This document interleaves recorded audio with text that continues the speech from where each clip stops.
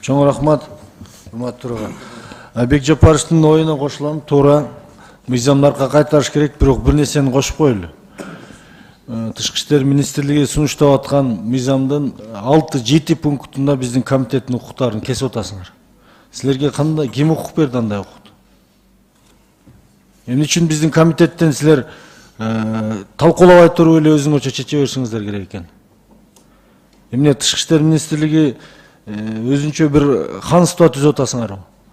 Эмне үчүн 7-8 пунктту кыркып атасыңар бул жерде? Ошон үчүн буну кайтарыш керек бул мыйзамды. Кошулам.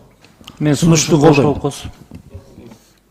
Кошумча, Рысбек Иванович, кошумча маалымат берсем болобу? Жок, азыр эми кабиннин өкүлү сизде сөз. Азыр. Саламатсызбы, урматтуу депутаттар, урматтуу Рысбек Исламович. Байындалган мыйзам долбоорун күн тартибине алып сиздер менен чогуу көтөрүлгөн маселелердин баарын талкуулап, эмки жыйынга эметебизби? Айбек Жапаров сунушун добушка коюм, урматтуу депутаттар. Ким макул? Каршы? Макул, баары макул. Артка кайтарылды.